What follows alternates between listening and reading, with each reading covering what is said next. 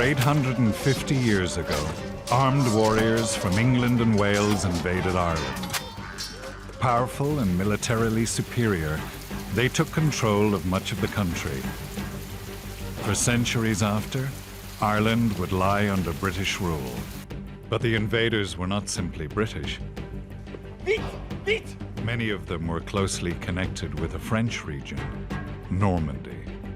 Henry II was French. That's how he identified. And that was the source of his power. A bitter struggle between Ireland's kings opened the door for the invaders.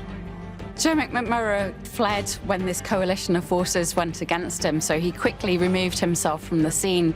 This real-life Game of Thrones would have disastrous consequences. But the newcomers also revolutionized agriculture, developed our cities and towns, and built massive castles and churches. They altered the course of history, and not just in Ireland, because the invasion set in motion forces that would change Europe forever.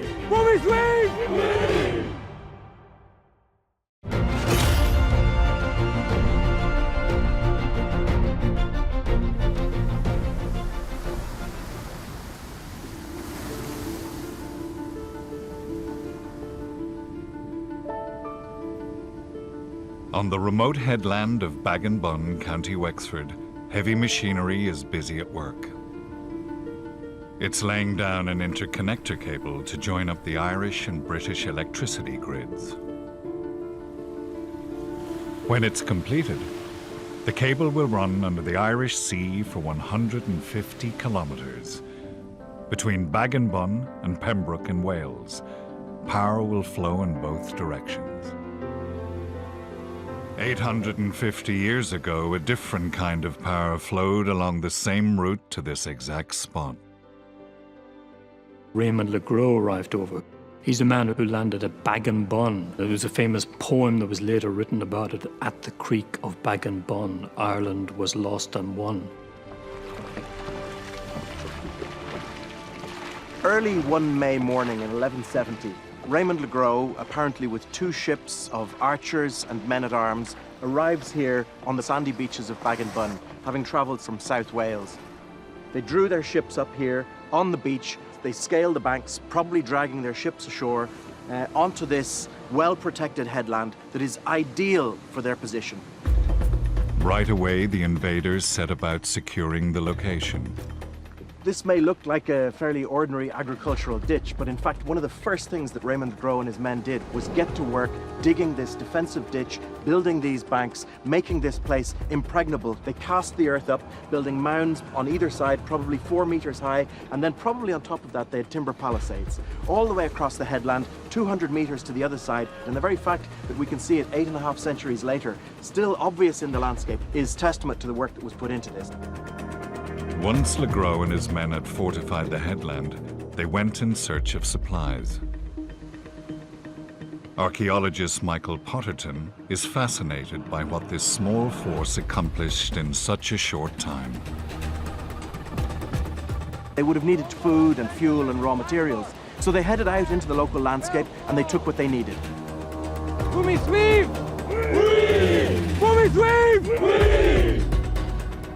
Cattle and sheep, and those cattle were corralled here, partly for supplies of food, probably for milk as well, but in fact it turned out that they had a very, very useful purpose a little bit later than that.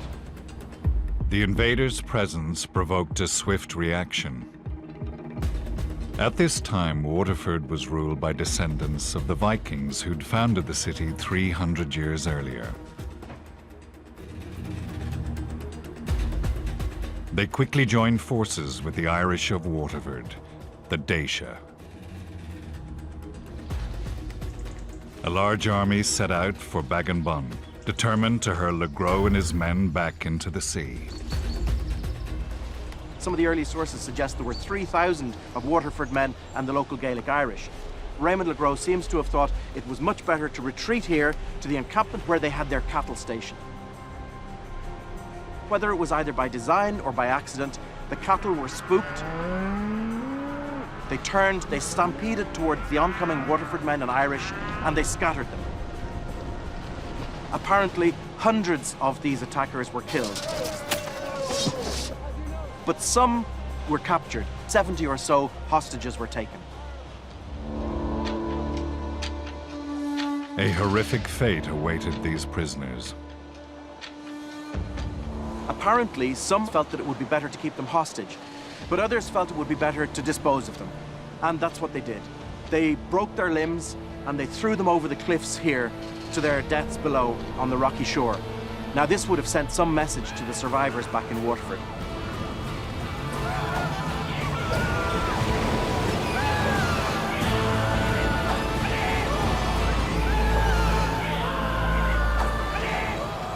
With only a few dozen men, Raymond Le Gros had won a devastating victory. His small group was just one of several invading forces to land in Ireland around this time.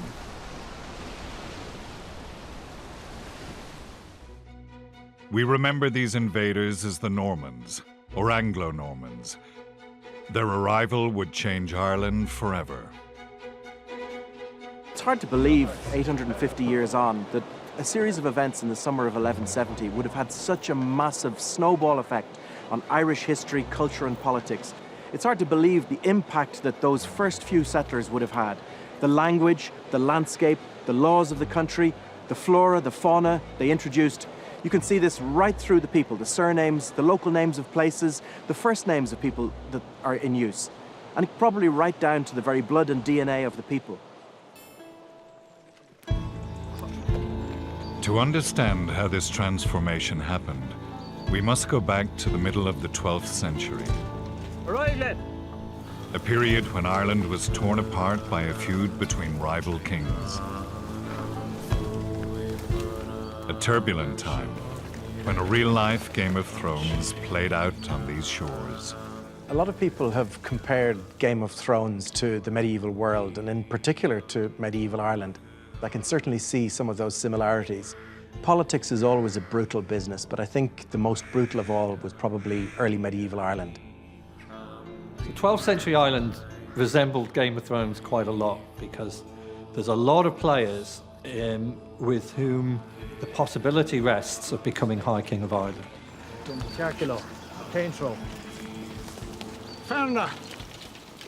Ireland was less urbanised than many of its European neighbours. The political scene was a bit more fragmented in the sense that there was not a single unified kingship that exercised control over the entire island. So there's 5 big provinces with Connacht and Ulster probably in the ascendancy, but still Munster keeping an eye on the possibility, Meath and Leinster. It's a whole load of sub-kingdoms, each with a potential rival who could scramble his way to the top. Tiernan O'Rourke was one of these power players. He ruled the kingdom of Breffni in present-day Cavan and Leitrim. In 1152, O'Rourke lost his wife to Dermot MacMurrough, the King of Leinster. This bitter love triangle would have fateful consequences.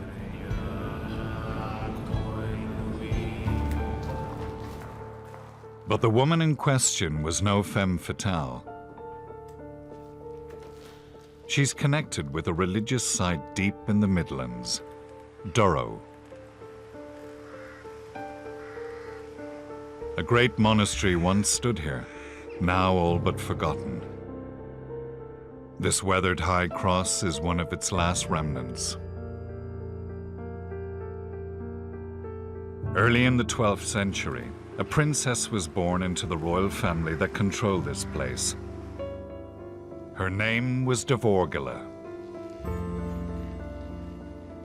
Dervorgilla is the daughter of the King of Meath, but it is a declining kingdom. And she's married to Tiernan O'Rourke. Her husband was King of Breffni, but he wasn't content just to rule that territory. He began to expand into Meath. Between him and various other power players at the time, they're all snapping at her father's kingdom, trying to shave bits off. So she's in a difficult position because in the Irish tradition, when a woman gets married, she doesn't automatically sever her links to her own family. She has loyalty to her father, to her brother, who's also in contention for the kingship of Meath. So Tiernan O'Rourke ends up warring with Eastmeath, trying to conquer it rather than use his marriage alliance. And this means quite a lot of tension. They must have been estranged from each other because he is fighting Dervagilla's father. O'Rourke's attempt to dominate Meath also antagonized someone else. A man known for his ruthlessness and naked ambition. Dermot MacMurrough is King of Leinster, not without opposition. Tiernan O'Rourke is ruler of Breffni with ambitions to be King of Meath. So geographically, they are potentially rivals. The rivalry becomes very bitter and very personal when, during the course of their raiding, Dermot MacMurrough gets one over Tiernan O'Rourke. In 1152, MacMurrough and his allies succeeded in driving O'Rourke out of his kingdom. But Dermot wasn't satisfied with simply defeating his rival. He wanted to humiliate him. To do so, he turned to Tiernan's estranged wife. The dramatic events that followed are now commemorated in a breathtaking work of art. The Roche tapestry tells the story of the Anglo-Norman invasion of Ireland, from its origins to its aftermath.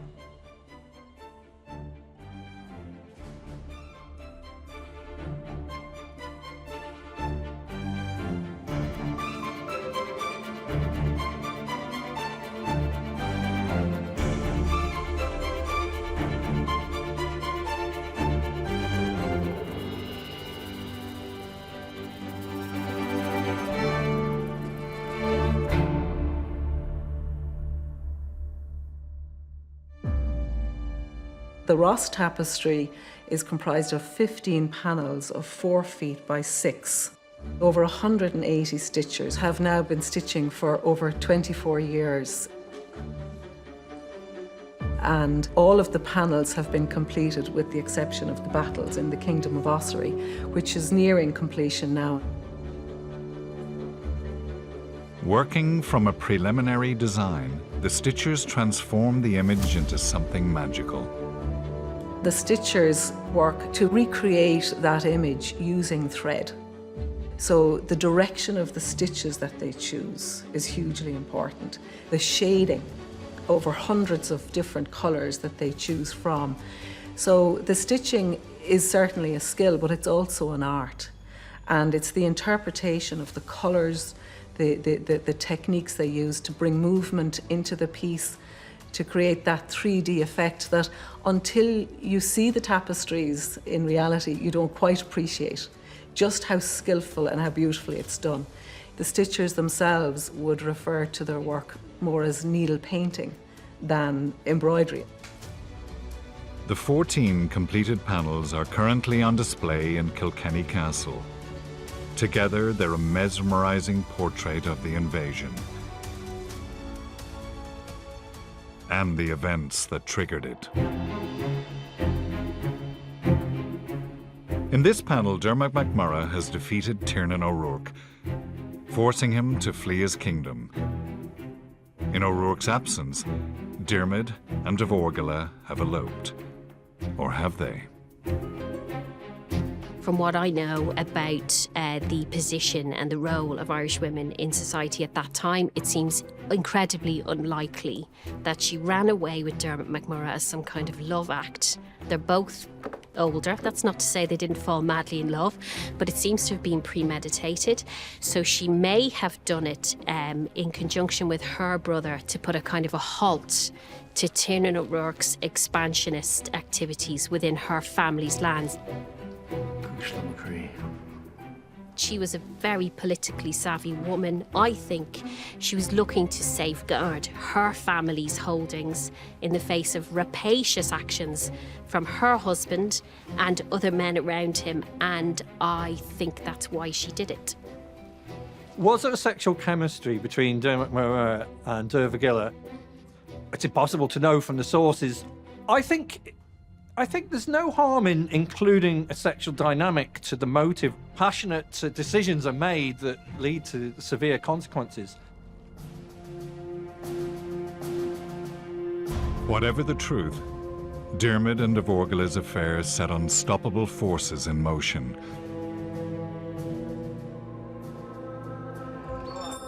Because Tiernan O'Rourke had been humiliated by his bitterest enemy, Diarmid MacMurrough.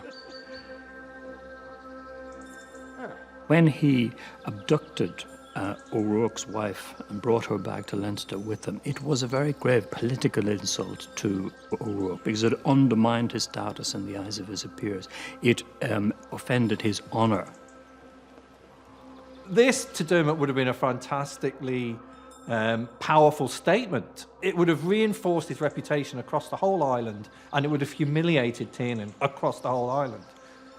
And in the sense, you could say this is the moment that the Game of Thrones within Ireland becomes global, becomes continental, because Tiernan is not going to relent.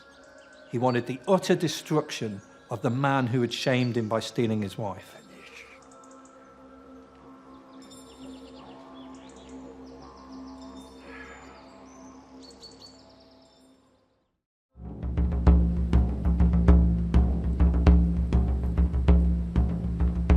In the 12th century, the small town of Ferns was the command centre of Leinster's most powerful king. In 1152, Diarmid MacMurrough returned here to the stone castle he called home. There's a reference to a stone house or a castle. It's the only site in Leinster at that time that may have one. Now, various different academics have argued where this might be, and there's been two sites proposed. One is by the Marshall Castle at the other end of the town. This castle dates from a slightly later period, but Diarmid's stone fortress may well have stood on this site. Diarmid also constructed church buildings in Ferns. Around 1160, he built St. Mary's Abbey for the Augustinians, a European monastic order. MacMurrough would have built the church as a statement in stone. So he would have been doing two things. One, looking after his soul after his death, but also making a statement on the landscape of, I'm Irish, but I'm connected to Europe, and putting his statement on the landscape of this is a new monastic order coming in. But soon, Diarmid would meet a fierce challenge in Ferns. Now, the Irish Archaeology Field School is investigating the site, hoping to find out more about these events. The weather we've been having the last couple of weeks with the torrential rain is very problematic, but there's always something that needs to be done and can be done in the rain. On an archaeological site, we're trying to ascertain different features, different soil types, and rain often helps that process. It does expose features as well. We excavated one female, she's about 30 years of age. We've got a radiocarbon date back on that individual, and she is broadly contemporary with MacMurrough. Looking at a preliminary osteological analysis, it seems that she has sharp force trauma to her arm, her right arm, and also her spine, possibly self-defense wounds, so it looks like she met a quite, unfortunate end. The woman's death could be linked to a devastating attack on Ferns. Because in 1166, Tiernan O'Rourke saw a chance for vengeance. In that year, Rory O'Connor, the King of Connacht, claimed the High Kingship of Ireland, and O'Rourke supported him.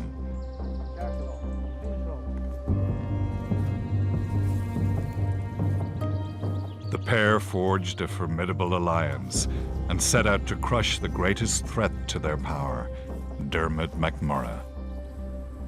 O'Rourke and O'Connor invaded Leinster. Their combined forces were too much for MacMurrough. He fled, leaving the vengeful Tiernan to destroy his stronghold at Ferns. Then O'Rourke and O'Connor caught up with Diarmid. It's hard to know why O'Rourke and O'Connor didn't take that opportunity to fully eliminate MacMurrough, and I think if you look further back in time, you can see that the O'Connor families, continuing to Rory O'Connor, they were trying to divide and conquer. So I suspect that O'Connor especially was happy as long as Dermot submitted. There's so many different players vying for the High Kingship of Ireland. So there was constant submissions and withdrawal of submissions. They had an opportunity then, with hindsight, to come up with a more permanent solution to him, but instead he was allowed to flee Ireland and go abroad. But I don't think anybody at that time can have imagined that he would have gone abroad. It was a relatively unusual thing for an Irish king to do. Taking with him only a small band of followers, Dermot set sail from Bannow Bay on Wexford's south coast. From here, with favourable conditions, he could reach England in less than a day. He is desperate. He is in exile.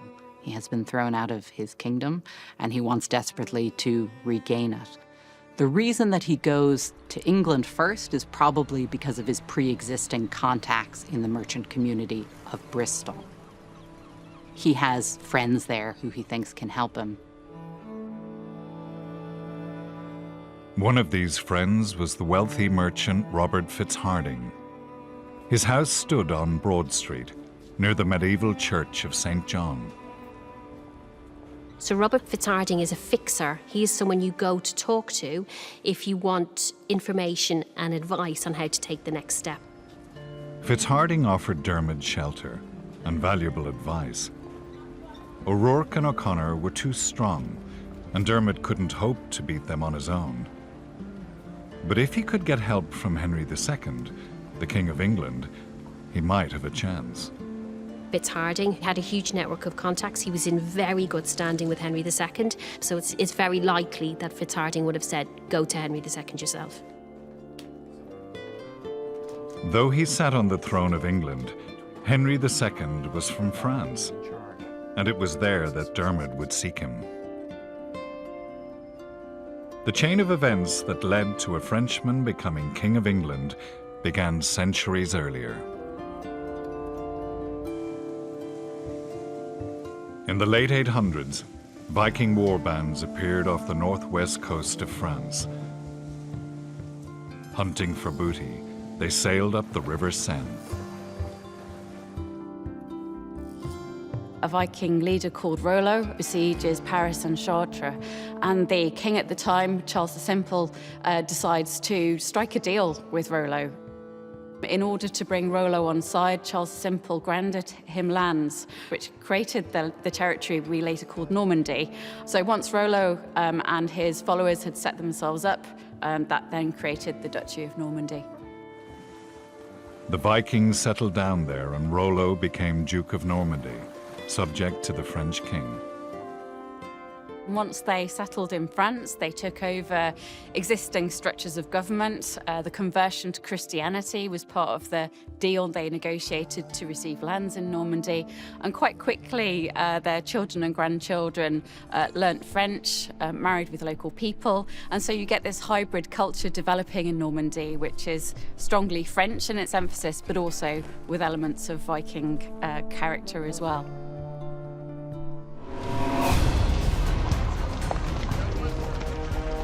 Just like their Viking forebears, the Normans longed to invade foreign lands and take their riches. And they had the military prowess to realize this dream. Famously, the Normans deployed warriors on horseback. Knights were the special forces of the day and almost unstoppable in battle. The Normans had an elite of mounted knights who were men who were trained, often from childhood if they were aristocrats, to fight on horseback, fully armoured.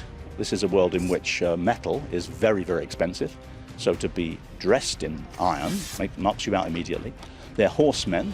Horsemen were the elite, as distinct from the foot soldiers. It was one of the ambitions of foot soldiers to become horsemen. But of course you had to be trained, you had to have the war horses that they needed. So you've got this elite group who are primarily aristocratic or gentry people who've been trained in that. Internationally, the Normans became the military force to be reckoned with. In this period, 11th, 12th centuries. The Normans are conquering southern Italy, they go on crusades, they establish lordships in the Middle East. They're masters of castle building. Castles, which they use subsequently to control the lands that they've conquered. And castles, which again are used throughout the sort of Norman world, are the way that you convert this conquest into a real colonization through which you can exact resources from the land, control it, and make a sort of much more meaningful impact. But also, maybe there's a psychological drive. They seem to have the urge to dominate. They seem to want to have not only what they possess, but what everyone else possesses. The Normans went far afield in search of conquest, but the greatest prize was the one that lay close to home. Around 1028, a descendant of Rollo was born at Falaise Castle in Normandy. In 1066, he crushed the Anglo-Saxons at the Battle of Hastings and became King of England.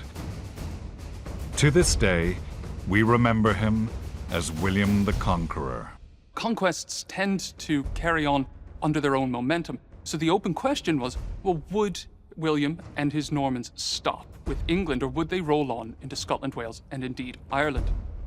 The author of the Anglo-Saxon Chronicle thought that had William lived any longer, he would have conquered Ireland, surely, without the need to draw a sword. Ireland was an object for conquest. William's successors proved to be just as ambitious as he was. In 1154, his great-grandson Henry took the throne of England. Henry II was born in France. He was the son of the Count of Anjou, so he inherited lands in France before he came to the throne in England, and Normandy, which his father granted to Henry as his son. Henry then married Eleanor of Aquitaine, who was probably one of the most desirable marriage partners in Europe at that time, because she had inherited a vast territory. She had previously been Queen of France. And then, of course, he inherited England and the interest that England had with its neighbouring kingdoms to further expand its territory. This one man now controlled a massive expanse of territory, stretching from the Pyrenees to southern Scotland. When we think of Henry II, we tend to think of him as the King of England. So you might think he identifies as English himself. But Henry II was culturally, socially, and linguistically French. He was from France. He spent most of his time in France. That's how he identified. And that was the source of his power.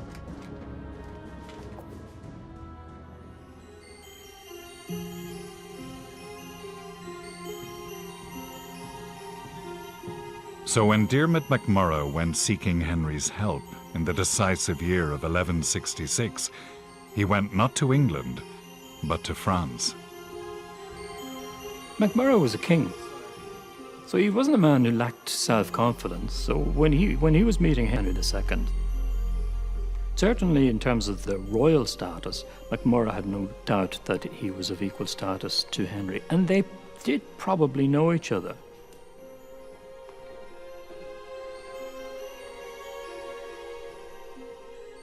Because it's one of the neglected facts of Irish history that MacMurrough went to Henry in 1166 because he knew Henry was likely to help him, because he probably knew that Henry was interested in Ireland.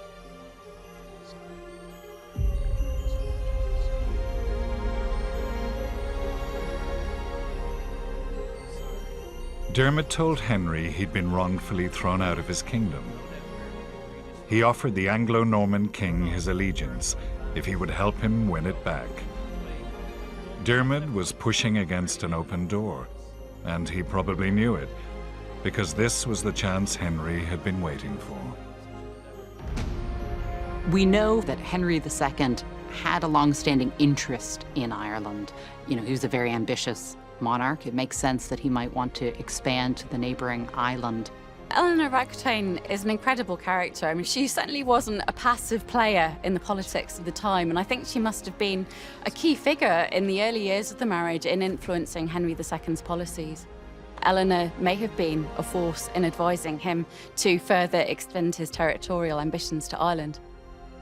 The contemporary sources tell us that he swore fealty to Henry II. One source tells us that he performed homage. He got down on bended knees and he performed homage before him. He became his man. Now, the moment that he did that, that established a constitutional link between the Kingdom of England and the Kingdom of Leinster, MacMurrough's over-kingdom. He was Henry's vassal. So MacMurrough, it seems to me, he had absolutely no difficulty in entering into this relationship with Henry II that he knew had very significant political consequences. But Henry stopped short of giving the Irish king direct military assistance.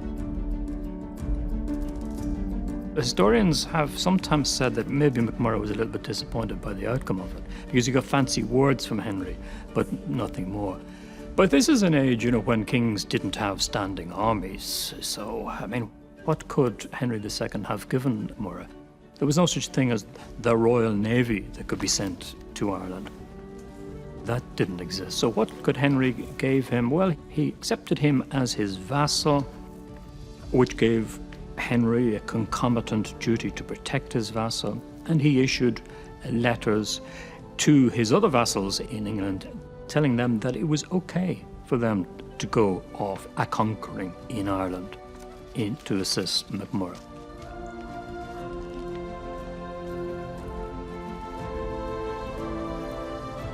So having met Henry, Dermot retraces his steps and he establishes himself at Bristol for a while before he goes to Wales, and he spends 2 or 3 or 4 weeks showing all comers this letter that he has from Henry II, which is crucial to getting support for his posited trip back to Ireland and the retaking of his kingdom. And among the people who come to him is Richard de Clare, Strongbow. Dermot and Strongbow find each other, and when they find each other, they recognise in each other a very similar kind of story. Dermot is ousted from power, he needs help. Strongbow is effectively ousted from power, he needs an opportunity.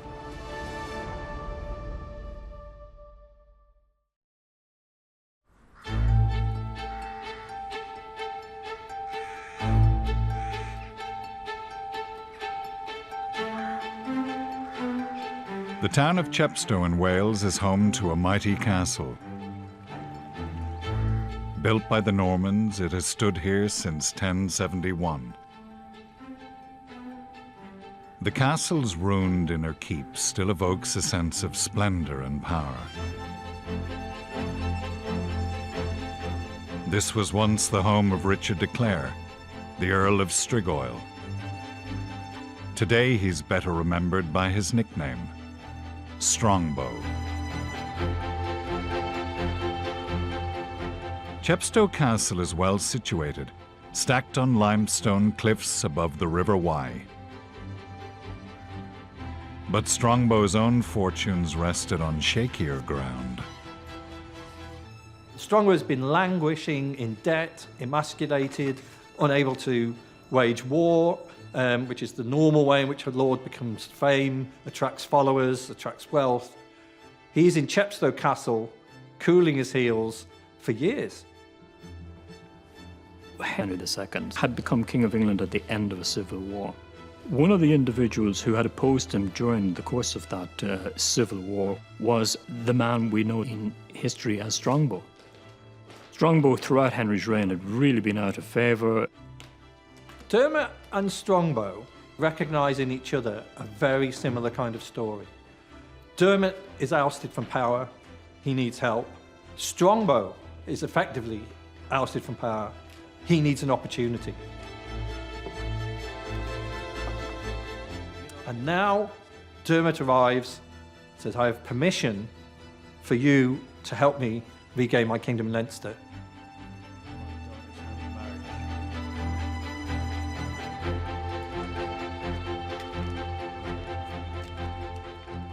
you can become the King of Leinster. Here's my daughter, Aoife. You can marry her if you will help me get my kingdom back. From Strongbow's point of view, this is wonderful news. Not only the idea that he might acquire some lands in Ireland, but that he might, by marrying MacMurrough's daughter, succeed to the Kingdom of Leinster.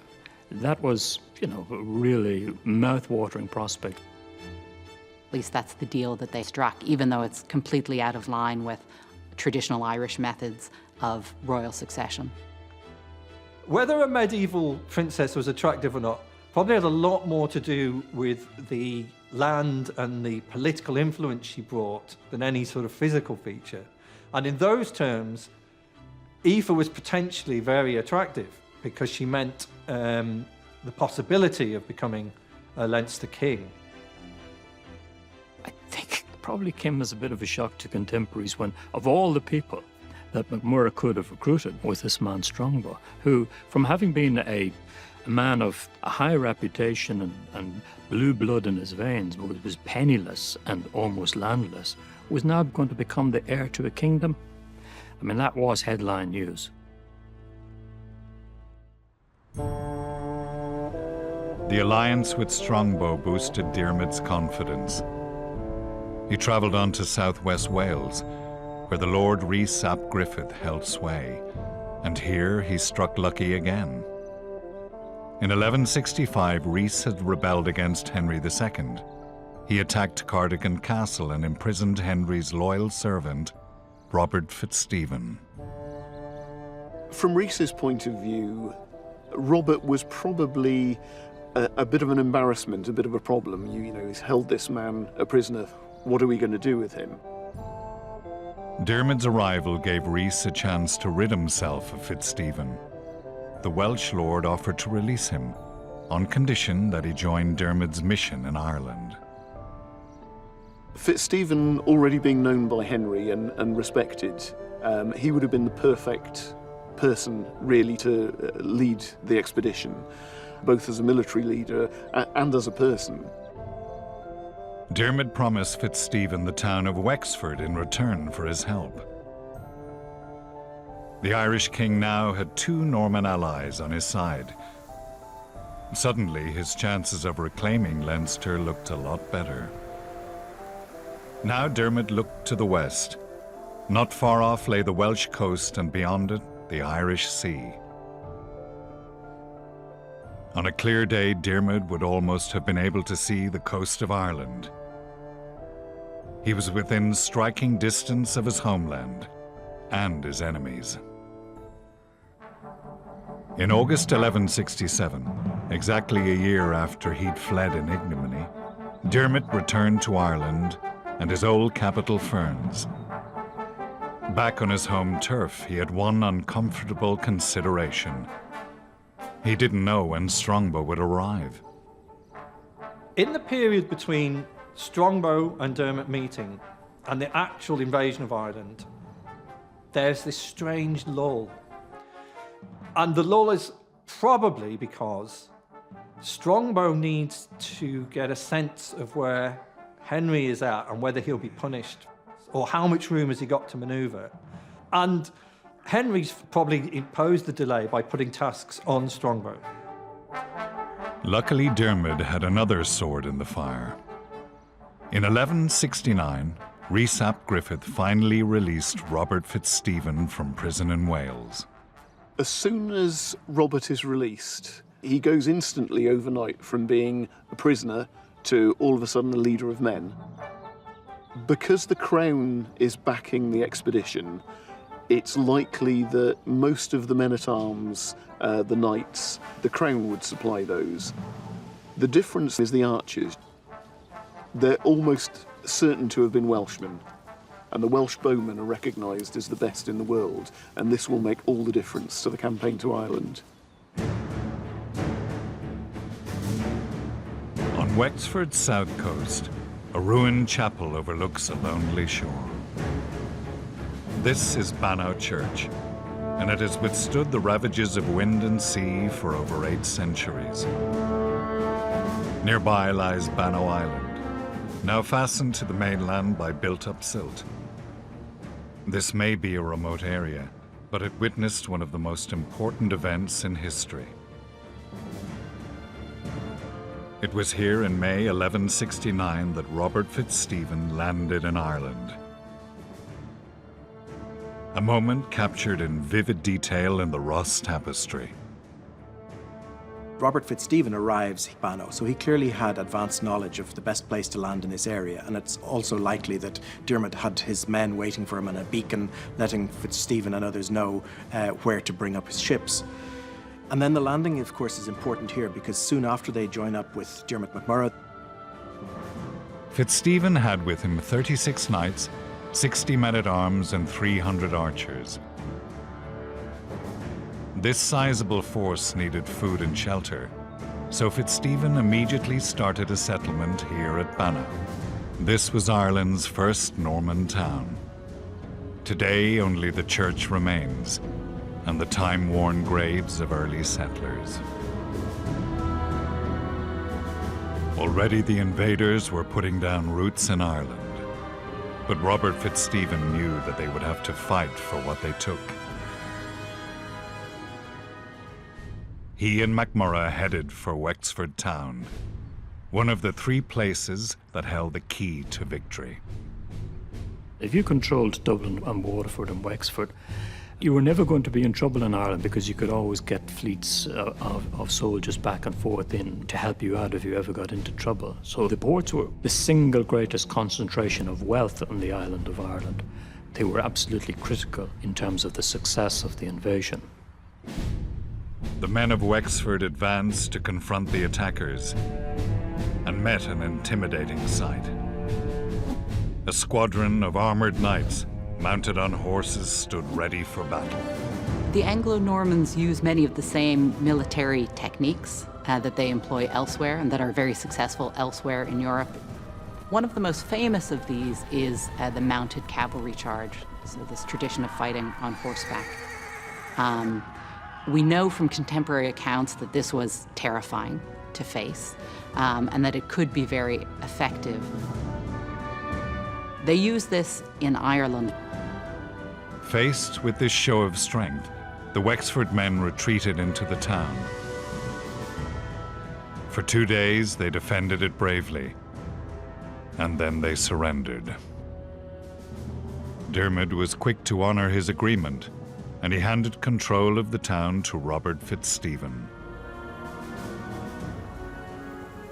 The campaign was gathering momentum, but Diarmid faced an anxious wait. There was still no sign of his other ally. Then, at last, Strongbow acted. In May 1170, he sent Raymond le Gros to Baginbun. Le Gros achieved a spectacular victory, and his small force was only a vanguard.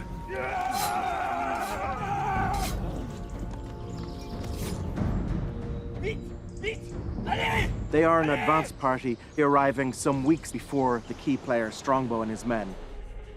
In Milford Haven, Wales, Strongbow had mustered an army over 1,000 strong.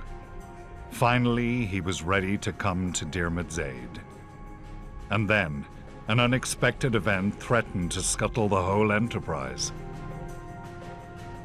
He had ships packed full of warriors on the turning tide when a messenger arrives from Henry II to say, do not go to Ireland or you will be a criminal. The consequence would be that Strongbow would be killed, his followers would be killed. Henry absolutely put his foot down on Strongbow going. So Strongbow has to decide, does he take this tide or not?